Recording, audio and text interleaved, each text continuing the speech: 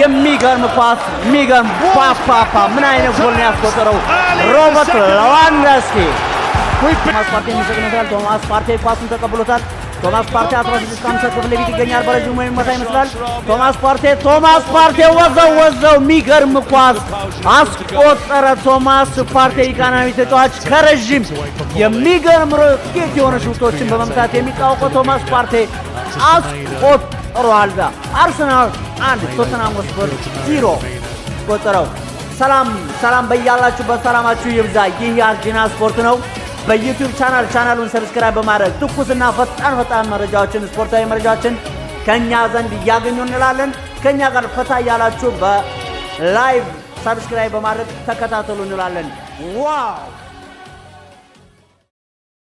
ነገር ከነበረ የተጫዋች ዝውውር ጀረሚ ፍሪምፖንግ ወደ ሊቨርፑል እንዲሁም ማቲያስ ኩኛ ወደ ማንቸስተር ዩናይትድ አልቫሮ ኬሬራስ ወደ ሪያል ማድሪድ የሚያደርጉ ዝውውር ተጠባቂ ነው እንዲሁም በዩሮፓ ሊግ ፍጻሜ ነገ በሚደረገው ዩሮፓ ሊግ ፍጻሜ ሁሉም በሚባል ደረጃ ሁለቱም ቡድኖች ወደ ስፔን ቢልባኦ ማቅናታቸው ታውቋል የሁለቱም ቡድን አሰልጣኞች አስተያየቶቻቸውን ሰጥተዋል በዚህ ጨዋታ ምን እንጠብቅ በሚል ዙሪያ የተወሩ ወሬዎችን ወደ እናንተ ለማድረስ ወደ ስቱዲዮ ተገኝቻለሁ እኔ ዮናስ አባይነን በዩሮፓ ሊግ ፍጻሜ ተጠባቂው ማንቸስተር ዩናይትድ ቶተንሃም በሚገጥምበት ጨዋታ የሁለቱም ቡድን ተጫዋቾች ወደ ቢልባኦ አቅንተዋል በዚህ ዜና ይህንን በተመለከተ ወደ እናንተ መረጃዎችን አቀርባለሁ እንዲሁም በሰፊ ሲጠበቅ የነበረ የዝውውር ሰፋ ያሉ የዝውውር መረጃዎችን ወደ እናንተ ለማድረስ ወደ ስቱዲዮ ተገኝቻለሁ እኔ ዮናስ አባይነን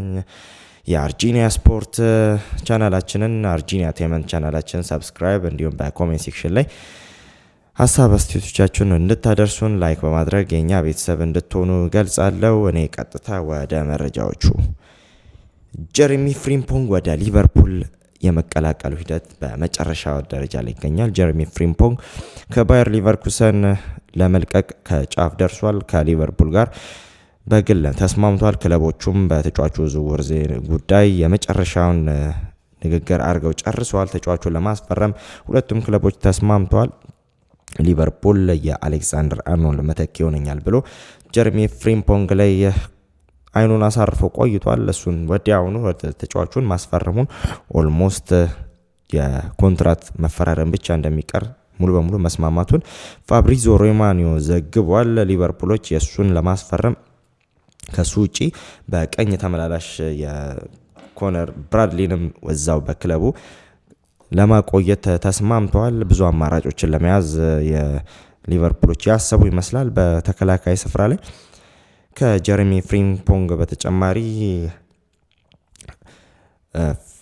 ቪርትስን ለማስፈረም ሊቨርፑሎች ትልቅ ፉክክር ውስጥ ይገኛሉ ከብዙ የእንግሊዝ ክለቦች ጋር ማንቸስተር ሲቲም እየተፎካከረ ነበር በዛ ፉክክር ውስጥ ነበር ሆኖም ራሳቸውን ከዛ ፉክክር ከዊርትስ ፉክክር ራሳቸውን ማውጣታቸውን ገልጿል ተጫዋቹ ውድ በሚል ምክንያት የጨዋታ ከሚገባው ዋጋ በላይ ባየር ሊቨርኩሰን ጠይቀዋል በሚል ማንቸስተር ሲቲዎች ራሳቸውን ከዛ ፉክክር አግልለዋል ማቲያስ ኩኛ ወደ ማንቸስተር ዩናይትድ የመግባቱ ነገር 99.9 ማለት እንችላለን ኦልሞስት ያለቀ ጉዳይ ነው ማቲያስ ኩኛ ማንቸስተር ዩናይትድን መግባት ብቻ ነው የሚፈልገው ከሌሎች ክለቦች ጥያቄ ቀርቦለት ነበር ግን ማንቸስተር ዩናይትድን ብቻ እንደሚፈልግና ለማንቸስተር ዩናይትድ መጫወት እንደሚፈልግ ልጁ የማንቸስተር ዩናይትድ የልብ ደጋፊ መሆኑን ተከትሎ ማንቸስተር ዩናይትድን ቀዳሚ ምርጫው አድርጓል ማቲያስ ኩኛ ማንቸስተር ዩናይትድ ቻምፒየንስ ሊግ ቢገባም ባይገባም ተጫዋቹ ማንቸስተር ዩናይትድን መቀላቀል ነው የሚፈልገው ራሱን ፕሩፍ ማድረግ ይፈልጋል በትልቅ ክለብ ለትልቅ ነገር መወዳደርና አዲሱ የሮቢን አሞሪም ፕሮጀክት አካል ሆኖ ለቡድኑ ትልቅ ግልጋሎት መስጠት እንደሚፈልግ ተናግሯል ማቲያስ ኩኛ ወደ ማንቸስተር ዩናይትድ ሂር ዊ ጎ ብንል ነው የሚሻለው ምክንያቱም ተጫዋቹ ኦልሞስት ያለቀ ጉዳይ በግል ጥቅም ተስማምቷል ማንቸስተር ዩናይትድ 60 ሚሊዮን ዩሮ ወልቭስ ለመክፈል ኦልሞስት ከጫፍ ደርሷል እንዲሁም ከዛ በተጨማሪ ሪያል ማድሪድ አልቫሮ ኬሬራስን ለማስፈረም ተስማምቷል የአልቫሮ ኬሬራስ የጃቪ አሎንሶ ቡድን የግራ ፉልባክ ለማስፈረም ትልቅ ጥረት እያደረገ ነበር የጃቪ አሎንሶን ዳይሬክሽን እየተከተለ ይገኛል ሪያል ማድሪድ ፕሬዚዳንት ፍሎሬንቲኖ ፔሬዝ አልቫሮ ኬሬራስን ለማስፈረም የቀድሞ የማንቸስተር ዩናይትድ የካሪንግተን ሩቁ ተጫዋች የነበረ ከማንቸስተር ዩናይትድ በጣም በረከሰ ዋጋ ነበር ወደ ቤኔፊካ ሄደው ወደ ቤኔፊካ ከገባ በኋላ ድንቅ እንቅስቃሴ በማድረግ በብዙ አውሮፓ ክለቦች ትልቅ ፍላጎት ያደረበትና ተስፈኛ ተጫዋች መሆኑን ያረጋገጠ ተጫዋች ነው። በጣም ራሱን ቢውልድ አድርጎ እያደገ የመጣ ተጫዋች ነው። ይህም ይመስላል በሪያል ማድሪድ እንዲፈለግ ያደረገው። አልቫሮ ኬሬራስን ሪያል ማድሪድ ለማስፈረም ኦልሞስት ተስማምተዋል። ልጁ ጋርም ያለው ጥቅም የጉዳዮችና አንዳንድ የቁጥራዊ የገንዘብ ነክ ወሬዎች ብቻ ነው የሚቀሩት። ልጁ ወደ ሪያል ማድሪድ የመሄድ እድሉ አይቀሬ ይመስላል። ሪያል ማንቸስተር ዩናይትድም ከተጫዋቹ 50% ገቢ የሚያገኝ ይሆናል። ከተጫዋቹ ሽያጭ 50% የማግኘት መብት አለው። እንዲሁም በዚህ የሚቀጥል ከሆነ የሪያል ማድሪድ ሌላ ተጫዋቾችንም ለማስፈረም ጥረት የሚያደርግ ይሆናል። በመሀል ተከላካይም ካስፈረመ በኋላ የዲን ሆችሰን እንዲሁም አሌክዛንደር አርኖልድ እንዲሁም በግራ መስመር ላይ የአልቫሮ ኬሬራስ አስፈርሟል። በተጨማሪም አንድ የሚድፊልደር ከክለቦች ወርልድ ካፕ በፊት ለማስፈረም ጥረት የሚያደርጉ ይሆናል። ሪያል ማድሪዶች ጃቪ አሎንሶ በባክ3 ለመጫወት ካቀደበት ዋነኛው ምክንያት 2 ፉል ባኮችን ኦልሞስት አስፈርሟል። በማጥቃቱ ረገድ አሪፍ ናቸው ብሎ ያሰባቸውን 2 ፉል ባኮችን በግራም በቀኝም ለማስፈረም የቀኙን አሌክዛንደር አርኖልድ አስፈርሟል። በቀኝ ስፍራ በጣም ኦፌንሲቭ ተጫዋች ከመሆኑም አንፃር እንዲሁም በግራ መስመር ላይ አልቫሮ ኬሬራስን ለማስፈረም ከጫፍ ደርሷል ሪያል ማድሪድ። እንዲሁም በሌላ ዜና ማንቸስተር ዩናይትድ እና አርሰናል በቪክተር ዮክሬስ ጉዳይ ፉክክር ውስጥ ናቸው። ማንቸስተር ዩናይትድ የዮክሬስን ጉዳይ በሰፊው የተከታተሉ ይገኛል። አርሰናሎች ተጫዋቹን ለማስፈረም ትንሽ እየመሩ የሚገኙት አርሰናሎች ቢሆንም እንኳን ቪክተር ዮክሬስ ገና የትኛውን ቡድን ለመቀላቀል እንዳሰበ ብዙም አልወሰነም። አርሰናሎች ግን እሱን ለማስፈረም ትንሽ ፉክክሩ ላይ በጣም በሰፊው የተንቀሳቀሱ ይገኛል። ቪክተር ዮክሬስን ማንቸስተር ዩናይትድ ለማስፈረም ሩበን አሞሪም ማንቸስተር ዩናይትድ ላይ ከፍተኛ ግፊት እያደረገ ይገኛል። የማንቸስተር ዩናይትድ አመራሮች ላይ ማንቸስተር ዩናይትድ የአጥቂ ስፍራ መዳከም በዚህ ሲዝን የሆይላንድ በጣም የመቀዛቀዝና ከአቅም በላይ በታች መጫወት የሚያሳየው የቡድኑን የአጥቂ ክፍል መዳከም ነውና ማንቸስተር ዩናይትድ በሰፊው በዚህ ክረምት ዝውውር ላይ በሰፊው አጥቂ ለማስፈረም የሚንቀሳቀስ ይሆናል። ከቪክተር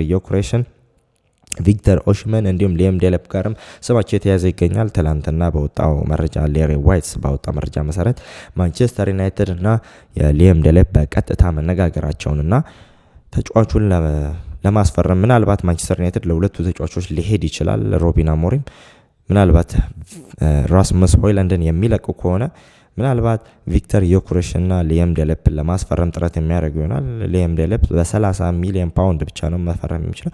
እንዲሁም ቪክተር ዮክሬሽ ደግሞ ወደ 60 ሚሊዮን ከ60 እስከ 65 ሚሊዮን ዩሮ ብቻ ነው ኮስት የሚያደርጋቸው። ሁለቱን ተጫዋቾች በአንድ ጊዜ ሊያስፈርሙ የሚችሉበት እድል በጣም ሰፊ ነው። ግን ማንቸስተር ዩናይትድ ቪክተር ዮክሬሽን የሚያስፈርምበት እድል ማለት ማንቸስተር ዩናይትድ ቶተናምን ነገ በሚደረገው የዩሮፓ ሊግ ዋንጫ ማሸነፍ ከቻለ ብቻ ነው። ተጫዋቹ የቻምፒየንስ ሊግ ፉትቦልን መጫወት እንደመፈለጉ አንፃር ቡድኑን የመቀላቀል እድሉ በዛም ይመሰረታል የሚል ብዙዎች እየገመቱ ይገኛል። ሩበን አሞሪም ከዚህ አስቀድሞ በተናገሩት ቪክተር ዮክሬስ የቻምፒየንስ ሊግ ተሳትፎን እንደሚፈልግ ከወጣ በኋላ እኛን መቀላቀል የሚፈልግ ተጫዋች ካለ ቻምፒየንስ ሊግ ለመጫወት ሳይሆን የኛ ቡድን አባል ለመሆን ብቻ ካለው ፍላጎት ብቻ ነው መሆን ያለበት ብሎ ጠንከር ያለ መልእክት አስተላልፈዋል። ሆኖም ግን ሩበን አሞሪም ከተጫዋቹ ጋር ቅርበት ባላቸው መኖሩን ተከትሎ ከስፖርቲንግ ሊዝበን ቤት ከቅርበት ከሚያውቁት አጥቂ መካከል ከመሆኑም አንፃር ተጫዋቹን ለማስፈረም ትልቅ ጥረት እንደሚያደርግ ምንም ጥርጥር የለውም። ቪክተር ዮክሬስን ማንቸስተር ዩናይትድ ከዩሮፓ ሊግ በኋላ ምናልባት ትልቅ ጠንከር ያለ ጥያቄና ከተጫዋቹ ግንኙነት እንደሚኖራቸው ይጠበቃል። ከነገው ጨዋታ ነገ ከሚደረገው የዩሮፓ ሊግ ጨዋታ በትኩረታችን እናድርግና ማንቸስተር ዩናይትዶች ነገ በሚደረገው ጨዋታ የሁለቱም ቡድን ተጫዋቾች ወደ ቢልባኦ አቅንተዋል። የማንቸስተር ዩናይትድ እና የቶተናም ቡድን ነገ ከምሽት 4 ሰዓት ላይ ተጠባቂ የዩሮፓ ሊግ ፍጻሜ ጨዋታ አውሮፓ የዓለም እግር ኳስ ትኩረቱን የሚያደርግበት ማንቸስተር ዩናይትድና ቶተንሃም ሆትስፐርን የሚያገናኘው የዩሮፓ ሊግ ፍጻሜ ላይ ነው የብዙዎች ትኩረት። በዚህ ጨዋታ በሁለቱም ቡድን አንዳንድ የጉዳት ዜናዎች አሉ። በቶተንሃም በኩል አብረው ከተጓዙ ተጫዋቾች ባለፈው ሳምንት በዚህ ጨዋታ በቶተንሃም በኩል እንደማይገቡ የተነገረላቸው ጄምስ ማዲሰን፣ በርግቬል እና ኩሉሴቭስኪ ወደ ቢልባኦ ስፔን አቅንተዋል አብረው ከቡድኑ ጋር። ሆኖም ግን በወጣ መረጃ ከሆነ እነዚህ ተጫዋቾች ለቡድኑ ግልጋሎት እንደማይሰጡና አብረው የኢሞሽናል ሳፖርት ለማድረግ የሄዱ ነው የተባለው። በዚህ ጨዋታ የመሰለፍ እድላቸው በጣም ዝቅተኛ ነው። በጨዋታው እንደማይገኙ በግልጽ ተነግሯል። በሁለቱም ክለቦች መካከል ብዙ ጨዋታዎች በዚህ ሲዝን ተዳርገው ነበር። ማንቸስተር ዩናይትድን አሁን ለአራተኛ ጊዜ ነው የሚገናኙት። ቶተንሃም ሆትስፐር 3ቱን ማሸነፍ ችሏል። በዚህ ጨዋታ ምናልባት ቶተንሃም ይሄን የሚያሸንፍ ከሆነ በዚህ ሲዝን ማንቸስተር ዩናይትድን 4 ጊዜ ማሸነፍ ይችላል። ማንቸስተር ዩናይትድ በዚህ ሲዝን 16ኛ ደረጃ ላይ ይገኛልና እና የሚጫወተው 17ኛ ደረጃ ላይ ካለ የእንግሊዝ ክለብ ነውና 16ኛ እና 17ኛ ላይ ያሉ ሁለቱ የእንግሊዝ ክለቦች ለዩሮፓ ሊግ ፋይናል ጨዋታቸውን ለማድረግ ነገ ሁለቱም ዝግጅታቸውን ጨርሰው ስፔን ቢልባኦ ገብተዋል። በዛ ጨዋታ ማንቸስተር ዩናይትድ ይህን ጨዋታ የሚያሸንፍ ከሆነ የዩሮፓ ሊግ ተሳትፎን የዩሮፓን እግር ኳስ ተሳትፎ የሚያገኝ ይሆናል በቻምፒየንስ ሊጉ።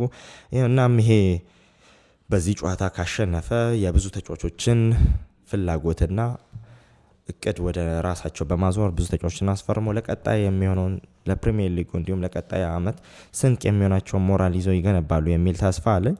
እንዲሁም ቶተንሃም የሚያሸንፍ ከሆነ አሰልጣኛቸውን የማባረር እድሉ በጣም ሰፊ ነው።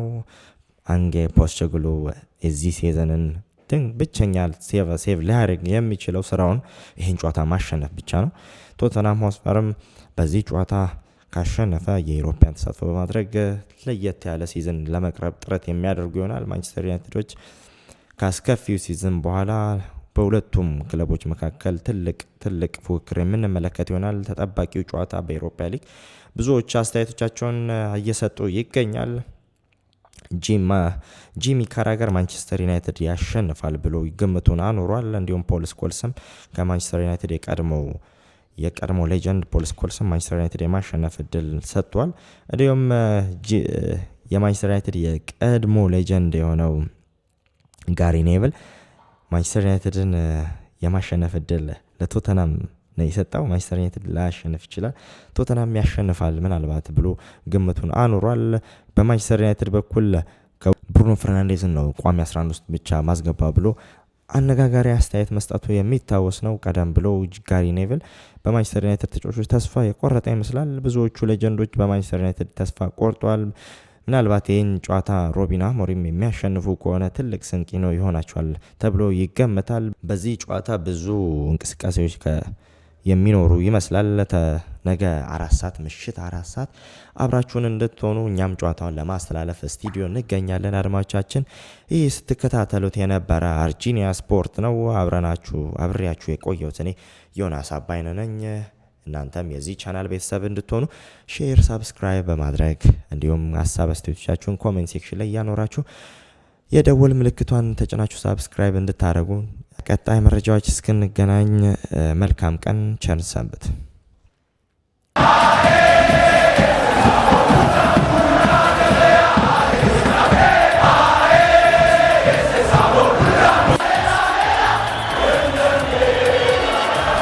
የሚገርም ኳስ የሚገርም